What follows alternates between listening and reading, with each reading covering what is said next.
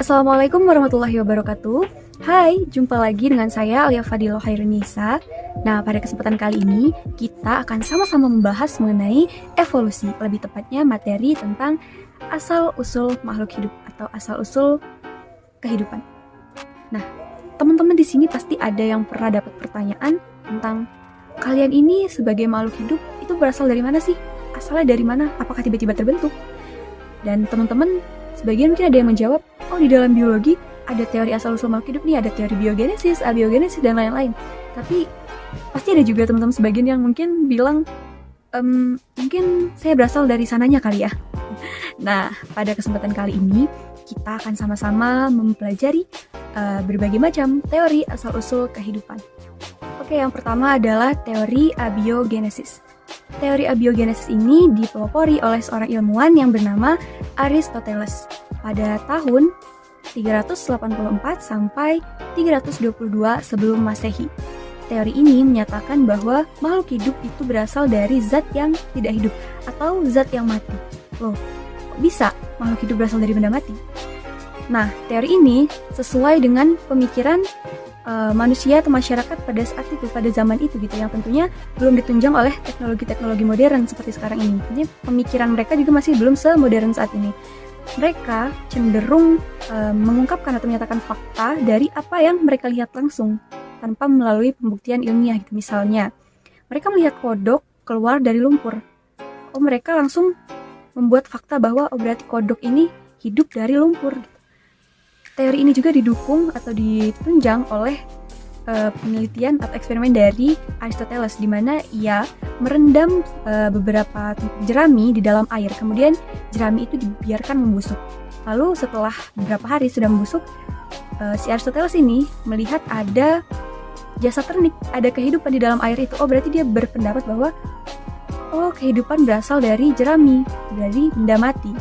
Kemudian, teori ini juga didukung oleh seorang ilmuwan lainnya, yaitu Anthony van Leeuwenhoek, di mana si air rendaman jerami tadi, kemudian ia teliti, ia lihat di bawah mikroskop hasil temuannya.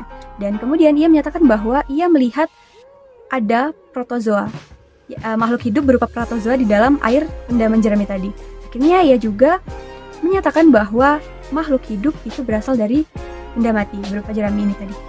Nah, seiring dengan perkembangan zaman, perkembangan ilmu pengetahuan, dan juga perkembangan teknologi, para manusia, termasuk ilmuwan-ilmuwan ini tadi, juga tentunya memiliki pemikiran yang lebih modern. Para ilmuwan ini tidak mau dong percaya pada hal yang tidak ada pembuktian secara ilmiahnya. Akhirnya, ada beberapa ilmuwan yang melakukan eksperimen untuk mematahkan teori abiogenesis ini tadi. Yang pertama adalah Francisco Redi pada tahun 1626 sampai 1679 Masehi. Nah, Francisco Redi ini ingin menumbangkan atau mematahkan teori abiogenesis tadi. Kemudian dia melakukan eksperimen menggunakan daging dan juga toples. Dia menyediakan 3 buah toples. Masing-masing toples ini diisi dengan daging. Toples pertama ia biarkan terbuka. Toples kedua ia tutup dengan kain kasa, dan toples ketiga ia tutup rapat dengan tutup toples. Kemudian dibiarkan beberapa hari.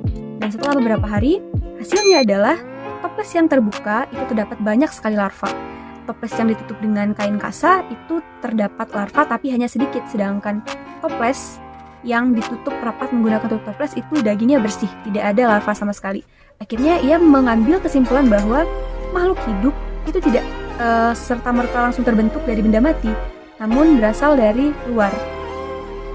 Francisco Redi ini menyatakan bahwa larva atau belatung itu tadi bukan berasal dari dalam daging, akan tetapi dari lalat yang masuk ke dalam toples, lalat dari luar toples masuk ke dalam toples, kemudian bertelur di dalamnya. Artinya, makhluk hidup berasal dari makhluk yang hidup atau zat yang hidup.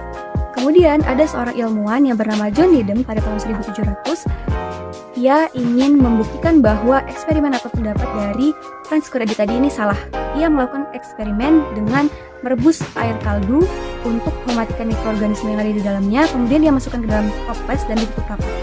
Lalu dibiarkan selama beberapa hari. Dan setelah beberapa hari ternyata di dalam toples yang ditutup rapat itu terdapat mikroorganisme. Padahal toples tadi itu ditutup secara rapat. Lalu ada seorang ilmuwan lagi yang tidak setuju dengan pendapat John Needham ini, yaitu Lazzaro Spallanzani pada tahun 1729 sampai dengan 1797. Si Lazzaro Spallanzani ini kemudian melakukan eksperimen menggunakan air kaldu juga. Ia menyatakan bahwa air kaldu yang direbus oleh John Needham tadi ini kurang lama perebusannya sehingga masih terkandung mikroorganisme dalamnya. Makanya tadi, walaupun si tutup toples itu ditutup dengan rapat, masih ada organisme yang bisa berkembang biak di dalamnya. Akhirnya, ia melakukan eksperimen menggunakan air kaldu juga dan labu ukur.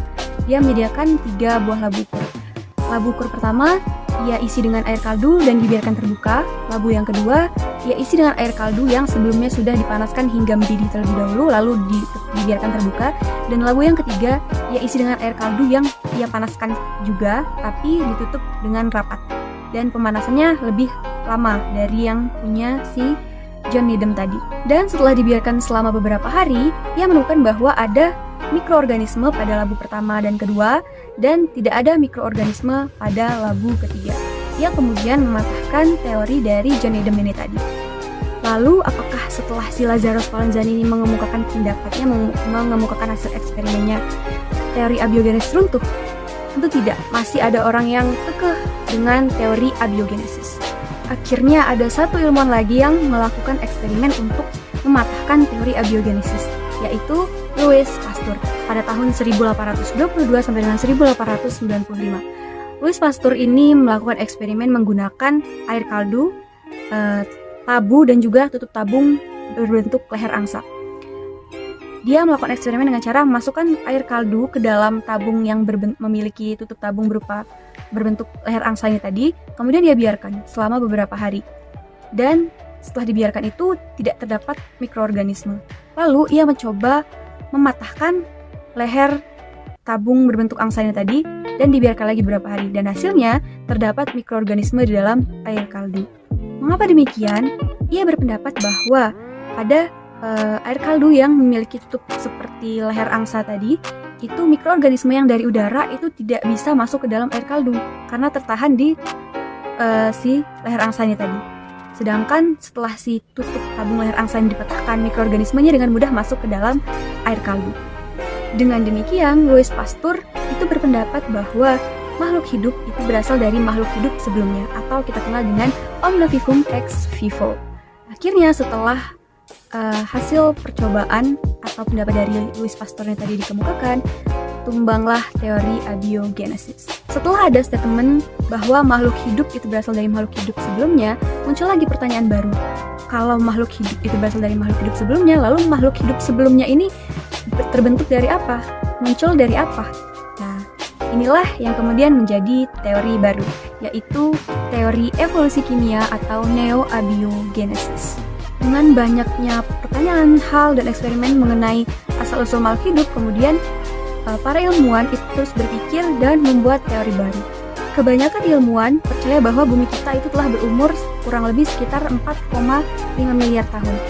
Dan pada 500 tahun pertama, para ilmuwan ini menyatakan bahwa bumi ini masih belum stabil untuk adanya makhluk hidup. Karena pada awal ini, 500 tahun awal ini, masih banyak terdapat asteroid yang berjatuhan, masih banyak gempa bumi, badai, dan lain-lainnya yang menimpa bumi.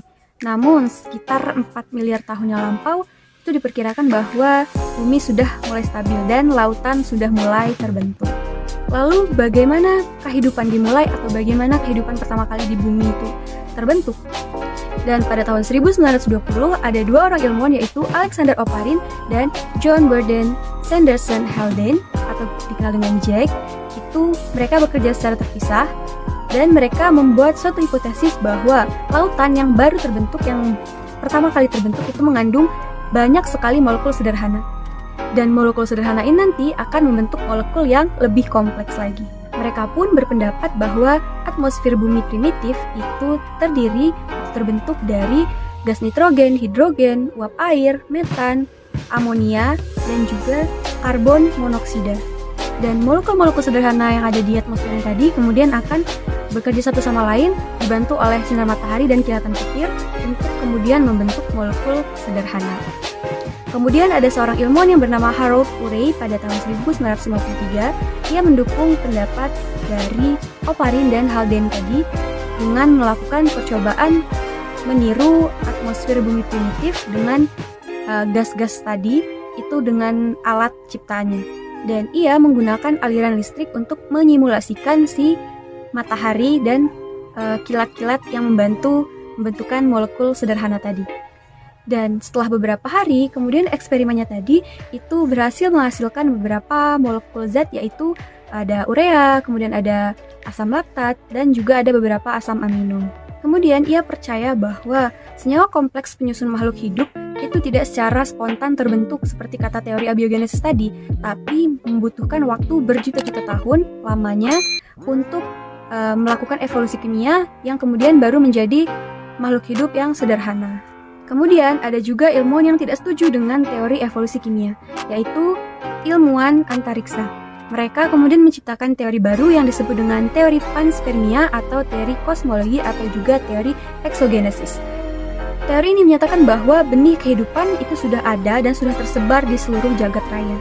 Dan benih kehidupan tersebut itu bisa berkembang di mana saja tempat atau lingkungan yang memungkinkan.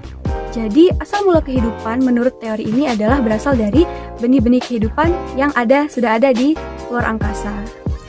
Teori ini berhipotesis bahwa asal-usul makhluk hidup itu berasal dari benih kehidupan yang sudah ada di luar angkasa atau di jagat raya.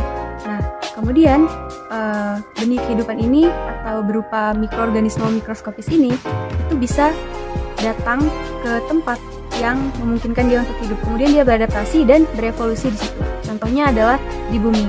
Mereka berpendapat bahwa bisa jadi meteor-meteor dari luar angkasa itu membawa organisme mikroskopis ke bumi, kemudian berkembang biak dan menjadi makhluk hidup di bumi.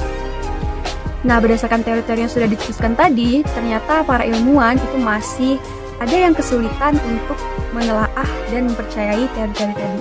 Alhasil, para ilmuwan ini kembali lagi kepada teori, yaitu teori penciptaan, di mana teori penciptaan ini menyatakan bahwa makhluk hidup itu tercipta dari sang pencipta sesuai dengan ajaran, kepercayaan, dan juga kitab masing-masing.